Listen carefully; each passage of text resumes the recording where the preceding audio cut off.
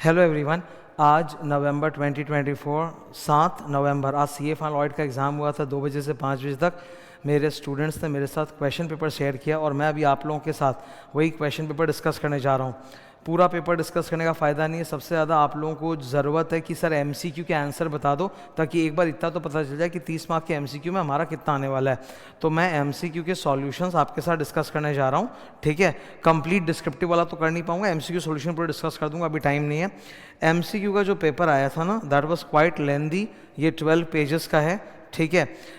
ये मैं डिस्कस करूंगा। 12 पेजेस का पूरा एमसीक्यू, बहुत ही तगड़े एमसीक्यू है। 30 मार्क के एमसीक्यू, 30 मार्क के एमसीक्यू को अटेम्प्ट करने में एक स्टूडेंट को कितना टाइम लगना चाहिए? एग्जाम में 1 घंटे, फ्रैंकली स्पीकिंग 1 घंटा कम है, 1 घंटा कम है।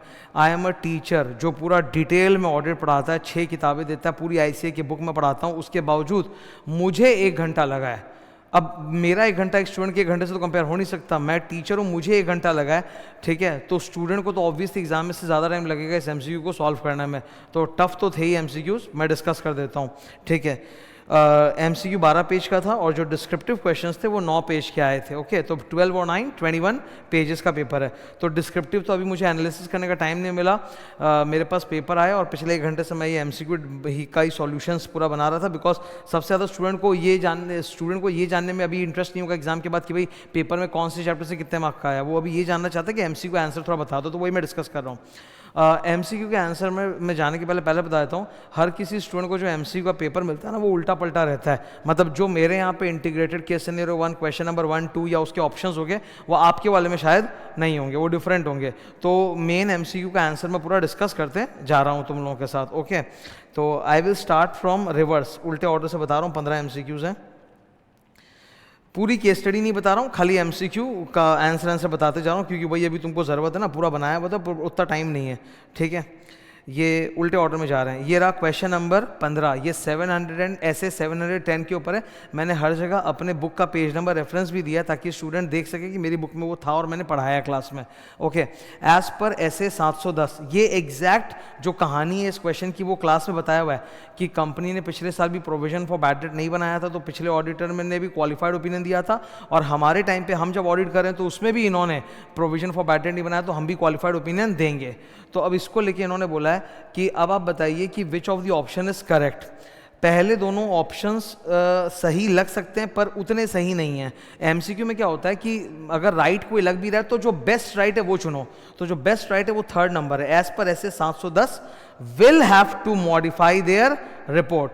तो ऊपर दोनों जगह भाषा थी can modify, can modify. Can modify gives a choice, जबकि ओरिजिनल ऐसे 710 की भाषा होती है शैल मॉडिफाई, तो उससे मिलता जुलता है विल मॉडिफाई। तो बिल्कुल विल मॉडिफाई होना चाहिए, 1 नंबर बात। और 2 नंबर, जब मैं मॉडिफाइड ओपिनियन एक्सप्रेस करूंगा तो मैं करंट ईयर के फिगर्स पे भी करूंगा एंड ऑल्सो प्रीवियस ईयर के फिगर्स पे भी करूंगा, एज पर ऐसे 710।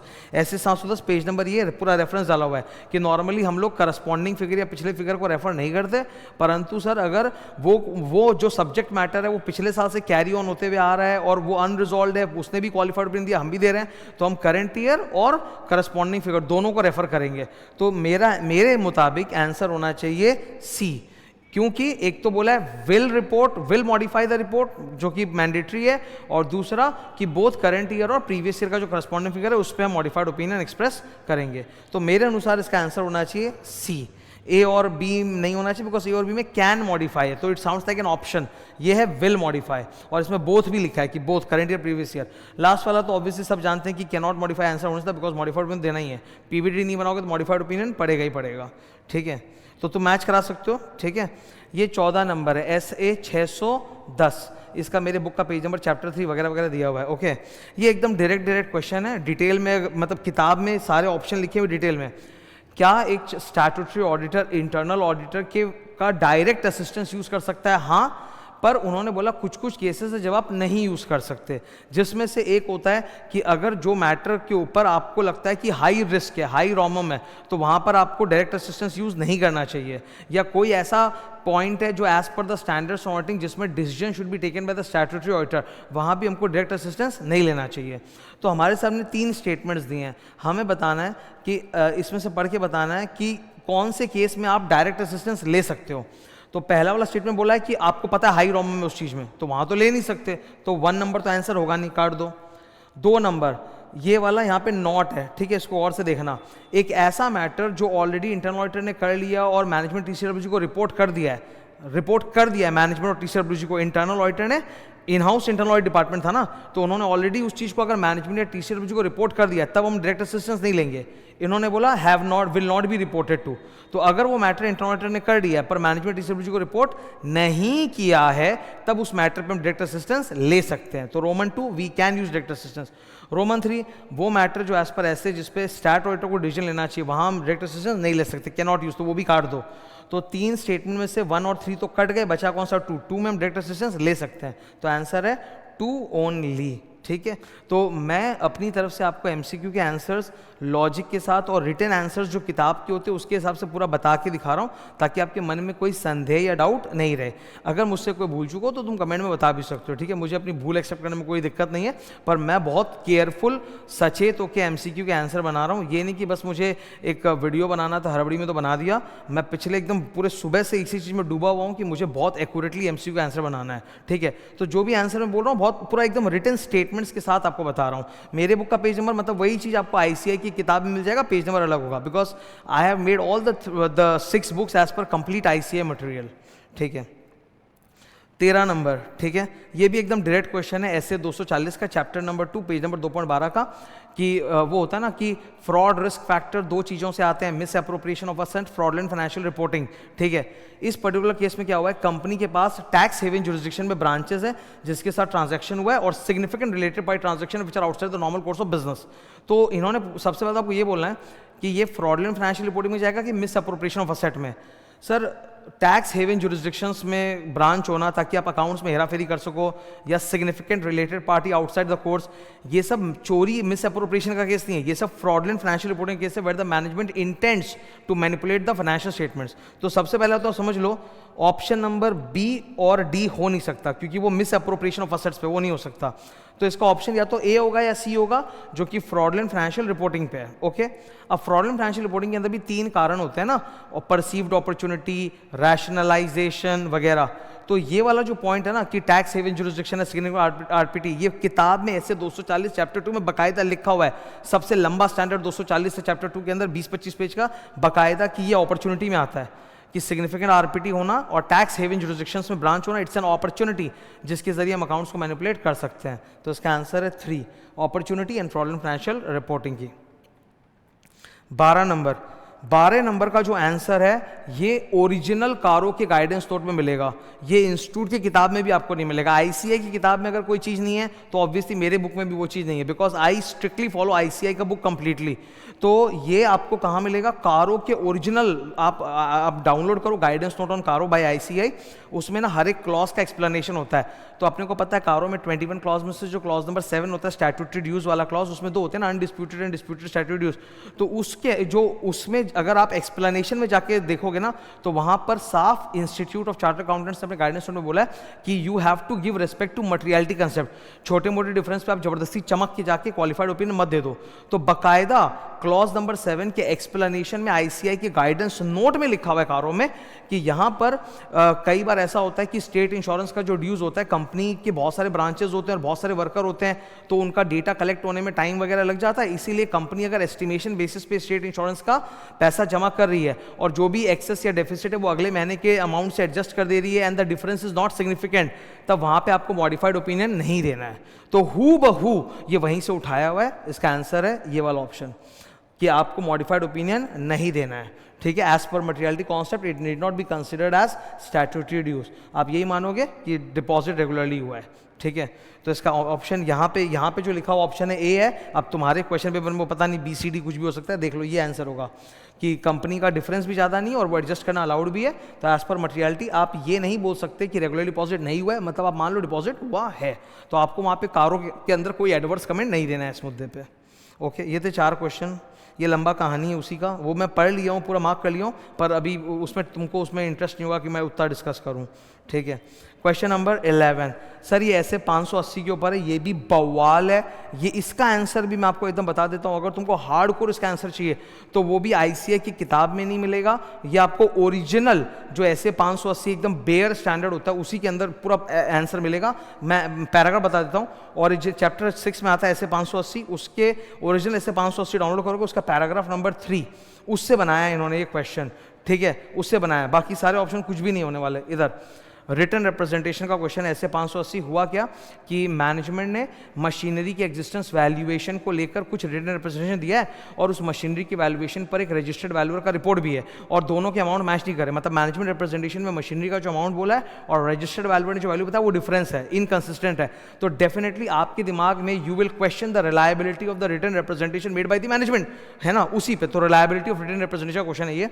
तो इन्होंने क्या बोला ये इसको लेके कि ये देखिए 4 ऑप्शन है रिलायबिलिटी के ऊपर, आप बताइए कि कौन सा वाला इनकरेक्ट है। तो अपने ट्रू फॉल्स करते हैं, अपने को तो फॉल्स बताने का है। नंबर 1, पहला ऑप्शन में इन्होंने पहला ऑप्शन एकदम सही डायलॉग है कि रिटन रिप्रेजेंटेशन जरूरी एविडेंस होता है, but it is not SAAE, ये ट्रू है, एकदम कॉमन सेंस है, ट्रू।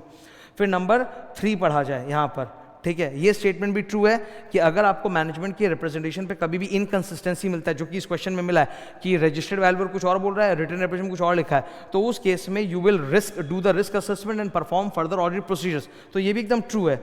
फिर ये लास्ट वाला बोला है कि लास्ट वाला स्टेटमेंट भी केस स्टडी से कनेक्टेड तो नहीं है, केस स्टडी में इतना लिखा हुआ नहीं जो इंटीग्रेटेड केस है, ये ओरिजिनल ऐसे 580 में आपको ये डायलॉग पूरा लिखा हुआ मिलेगा कि कभी कभी हो सकता है कि आपको मैनेजमेंट की इंटेग्रिटी और एथिक्स पे डाउट हो, but nonetheless nevertheless you consider the written representation to be reliable.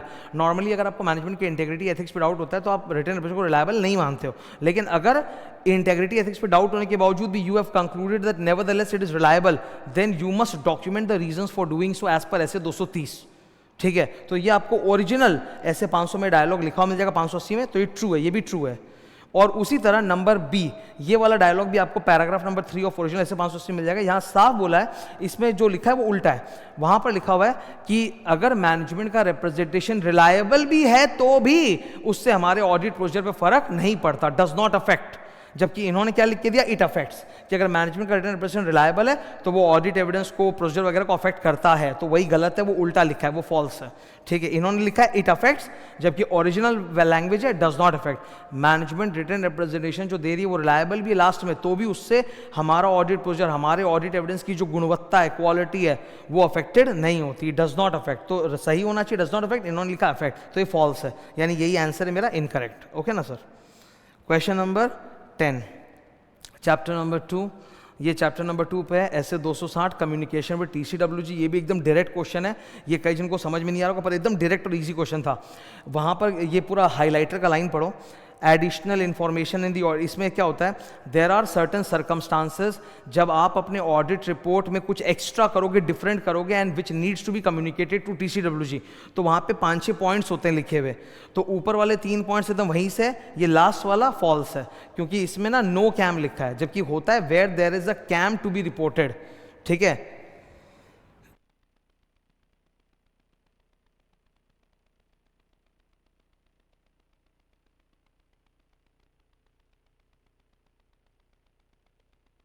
जब ऑडिटर को लगता है UCMS है, ठीक है, अनकरेक्टेड मिस स्टेटमेंट, या OMP जाएगा, या मुर्गा पैराग्राफ जाएगा, और एक होता है व्हेन देयर आर कैम, इन्होंने लिखा when there are no KAM, तो ये गलत हो गया, तो यही वाला आंसर है, ठीक है। हमको यही बताना था विच वन इज इनकरेक्ट, ठीक है। तो आंसर ये which one is no KAM, जबकि इसका answer where there is a KAM, तो यहाँ नो लिखा है वही गलत हो गया, तो वो इनकरेक्ट हो गया।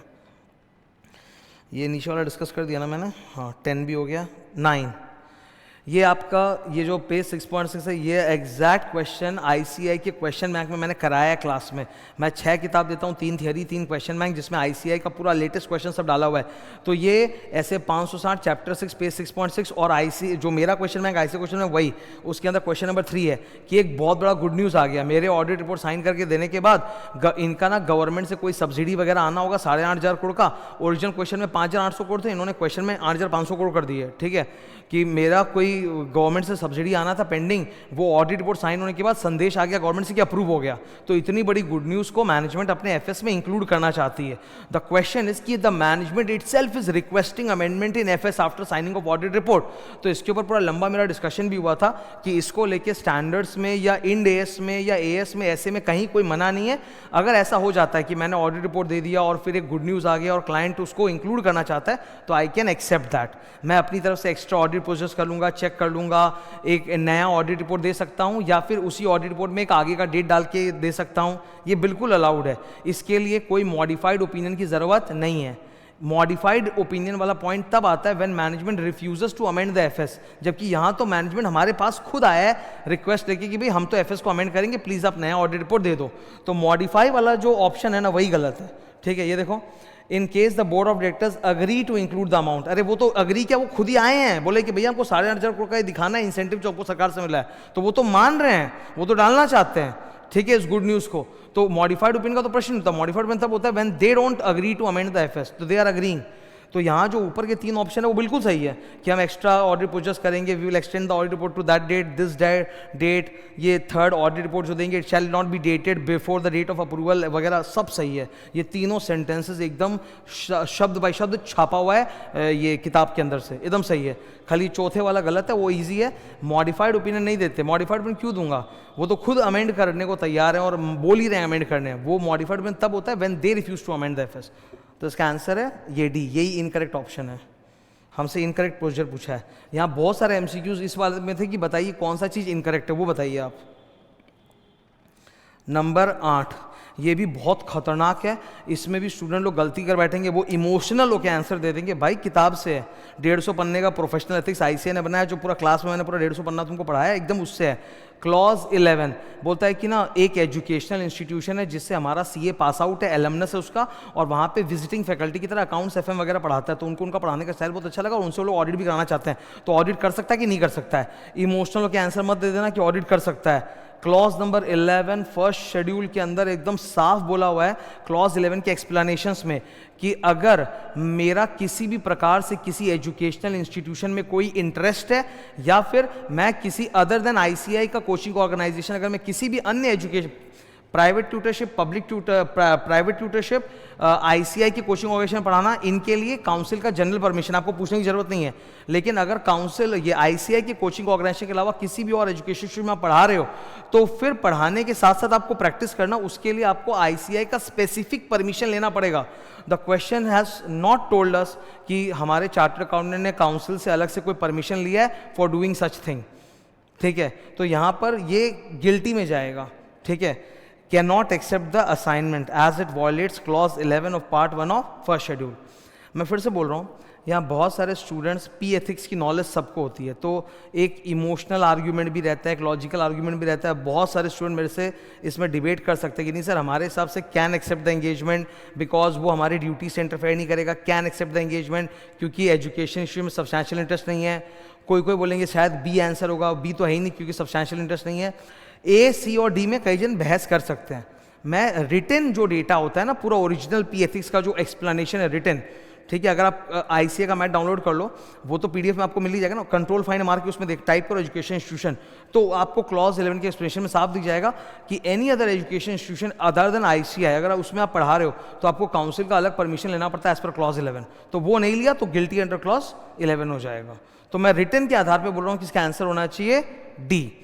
ठीक है, पर तुम में से कई जन बोलते सर ए या सी होगा। अब अल्टीमेटली सही कौन है गलत कौन है वो तो आईसीआई का सॉल्यूशन आने के बाद ही पता चलेगा, पर रिटन के प्रूफ पे बेसिस पे बोल रहा हूँ मैं, क्लॉज 11 वाला आंसर है इसका।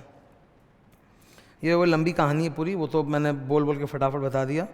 ये 7 नंबर, ये डायरेक्ट एमसीक्यू, इसका लंबा कहानी नहीं, यहीं पे है जो है। ये पीएसयू ऑडिट से कोपू पढ़ाया था मैंने। 3 तरह की फाइनेंशियल कमेटी होते हैं, पैक, कोपू, ईसी, तो उसको लेके एकदम तगड़ा क्वेश्चन डाल दिया। मैंने सपने में नहीं सोचा कि लोग पूछ भी सकता, पूछ लिया, डायरेक्ट बुक से, पेज नंबर भी मैंने लिख के दिया कि कोई वेरीफाई कर सकता है।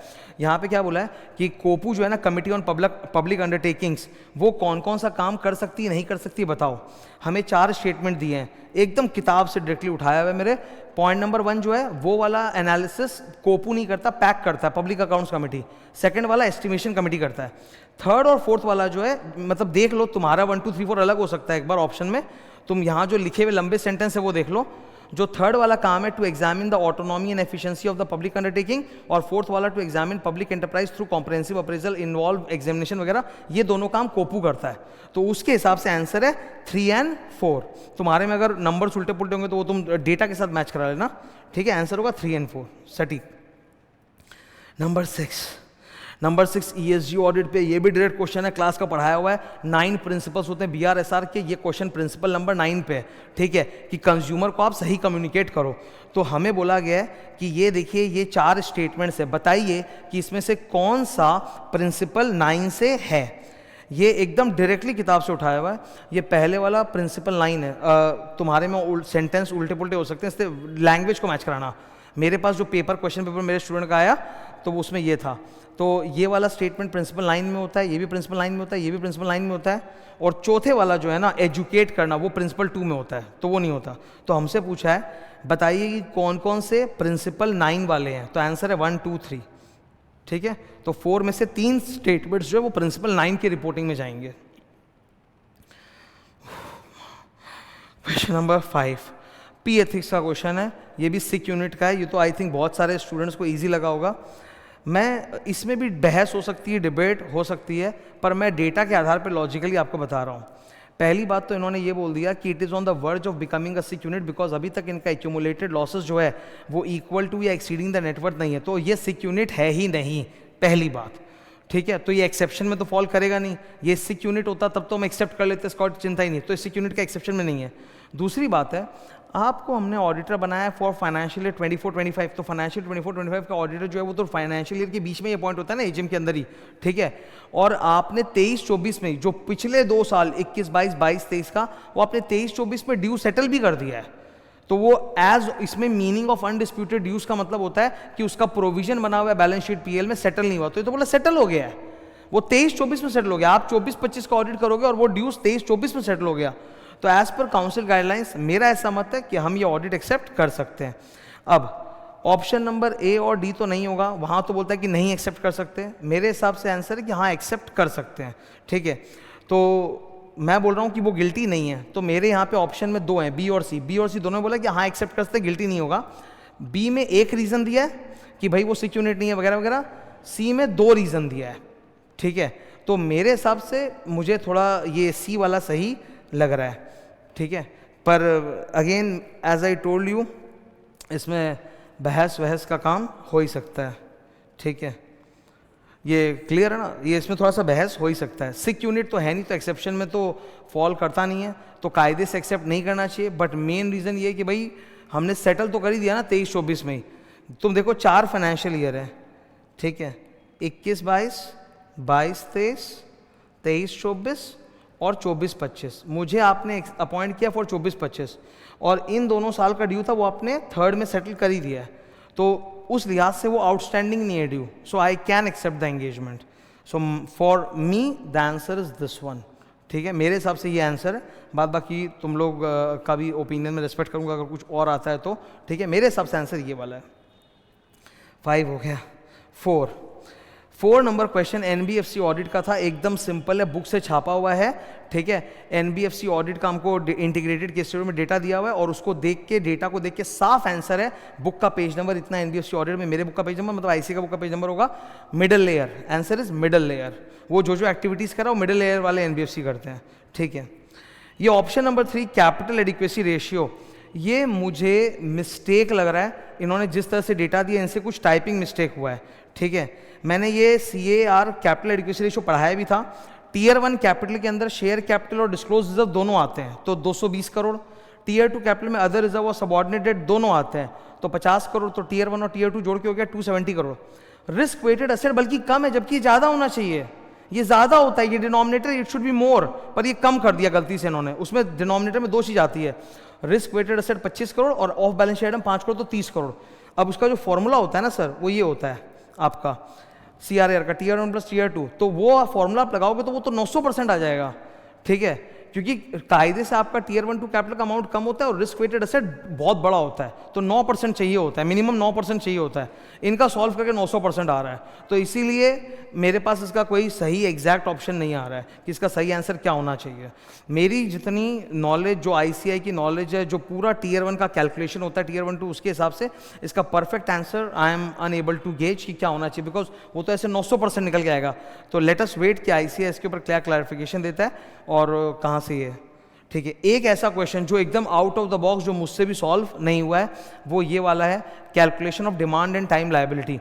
ICI की किताब में, बैंक ऑडिट चैप्टर में और मेरे किताब में भी डिमांड एंड टाइम लायबिलिटी का जिक्र सिर्फ एक सेंटेंस की तरह एक जगह हुआ है, स्टैट्यूटरी लिक्विडिटी रेशियो में। डिमांड एंड टाइम लायबिलिटी के अंदर क्या क्या आइटम आते हैं, नहीं आते, इसका कोई रिटन ICI की किताब में नहीं है कि क्या आता है क्या नहीं आता है। हमें बोला गया कि टोटल इनका 50,000 करोड़ है, ये रहा टोटल इनका 50,000 करोड़, उसमें यही आइटम इंक्लूड है। अब प्लस माइनस करके आप देखोगे ना कि 18,000 वाले दो ऑप्शन ज़्यादा सही बैठेंगे, ठीक है। अगर हम उल्टा कैलकुलेट करना चाहें कि चलो आंसर क्या बताओ, तो ज़्यादा चांसेस है कि आंसर ये दो आएंगे, ठीक है। मेरे हिसाब से 18,065 करोड़ के ऊपर और 19 समथिंग के नीचे होगा, तो मतलब जो ऑप्शंस है उसमें क्लियरली ये दो नहीं होगा मेरे हिसाब से, आंसर इन दो में से कोई एक होगा। But I don't know the perfect answer for this, ये मैंने बहुत रिसर्च कर लिया बट स्टिल मुझसे अभी तक ये सॉल्व नहीं हुआ है। नंबर 1, ये तो PSU ऑडिट का पढ़ाया हुआ है क्लास से, एकदम सिंपल। मैंने बोला था, लिखाया था कि PSU ऑडिट में जो परफॉर्मेंस ऑडिट होता है, उसमें जो पूरा प्लान होता है ना, प्लानिंग द परफॉर्मेंस ऑडिट, उसके जो स्टेप्स होते हैं, उसमें स्टेप नंबर 6 होता है शायद ऑडिट डिजाइन मैट्रिक्स, जिसमें 5 कॉलम होते हैं। तो मैंने बोला भी था ये इसके 5 कॉलम याद करना, ऑडिट डिजाइन मैट्रिक्स आ सकता है एग्जाम में, ठीक है। PSU ऑडिट के अंदर ऑडिट डिजाइन मैट्रिक्स में ये तीनों होते हैं, ये वाला नहीं होता ऑडिट प्रोग्राम, ये तो यही आंसर है ये। और which one of the following is not a part of audit design matrix, ये डायरेक्ट इजी क्वेश्चन, 5 कॉलम अगर याद किया स्टूडेंट ने तो बोल देगा audit programme, that's the answer. तो ये था सर पूरा MC का सॉल्यूशन जो आपके साथ मैंने डिस्कस किया अभी, ठीक है। मैंने पूरा रिसर्च करके सोच समझ के किया है। फिर भी ऑब्वियसली अगर कोई MCQ का आंसर तुमने कुछ और लिया है, तुम्हारा कुछ और लॉजिक है, तो तुम कमेंट में बोल सकते हो, कोई दिक्कत नहीं है, वो तो होता ही रहता है। MCQ चीज़ ही ऐसी है कि कॉम्प्लिकेशन हो ही सकते हैं, सब कुछ पढ़ने की रिसर्च के बावजूद भी इधर तो कुछ हो ही सकता है, ठीक है। डिस्क्रिप्टिव क्वेश्चंस का मैं अभी तक एनालिसिस कर नहीं पाया हूँ कि कौन से क्वेश्चन किस चैप्टर से कितने मार्क के क्या आए, वो 9 पेजेस का है, वो भी सून एज पॉसिबल मैं मोस्ट प्रॉब्ली कल आप लोगों के लिए इसके ऊपर भी काम कर लूँगा। Okay, thank you. होपफुली आपका अच्छा पेपर गया हो, MCQs में आपके कुछ अच्छे नंबर आ जाएं, खुशी होगी मुझे भी जान के, ठीक है। आप लोगों को क्या लगता है कि आपका MCQ 30 मार्क का आपने कितना मार्क्स आपने अटेन किया, या आपके हिसाब से कितना सॉल्व होकर सही आ रहा है? Will you get 20 out of 30? तो बहुत ही अच्छी बात है। अगर मेरे हिसाब से अगर 30 मार्क में कोई स्टूडेंट 16 मार्क भी उठा लेता है तो अप्रिशिएट करूंगा मैं, ठीक है, क्योंकि लंबा था। It was not just hard but was also very lengthy, क्योंकि 30 मार्क के लिए आपके पास 1 घंटे ज़्यादा नहीं है डिवोट करने के लिए, तो 1 घंटा मेरे हिसाब से तो कम ही है एक स्टूडेंट के लिए, मतलब उस माहौल में, डरे हुए माहौल में करना। ऑडिट सब्जेक्ट हार्ड होता है, हमेशा कोशिश यही रहती है भाई कि ज़्यादा से ज़्यादा पढ़ाओ, सब कुछ पढ़ा दो। मैं इसीलिए पूरा बुक भी पढ़ाता हूँ। मैंने नए सिलेबस में 2 बार फाइनल ऑडिट के पूरे डिटेल बैच लिए। पहला बैच 80 क्लास का हुआ था, तो स्टूडेंट लोग बोलते बहुत ज़्यादा क्लासेस है, तो मैंने फिर पूरा सिलेबस वापस से पढ़ाया सेकंड बैच, और उसमें 58 क्लासेस हुए थे, वो 180 घंटे का था, 180 आवर्स का पूरा फुल रेगुलर बैच। तो मैं अपनी तरफ से तो पूरा फुल डेडिकेशन करता ही हूँ, बट ये फाइनल है सर, फाइनल में आप जितना पढ़ो उतना कम है, जितना सॉल्व करो उतना कम है, ठीक है। So hope best of luck for your future papers. आज ऑडिट का पेपर से आप घर आए हो, ठीक है, अगर अच्छा गया हो तो अच्छी बात ही है। अब best of luck for the next paper तुम लोगों का, वो भी बहुत टेंशन वाला पेपर है, बहुत ज़्यादा उसमें डेटा याद करना पड़ता है, रिविजन रिक्वायर्ड है। All the best for exams, thank you.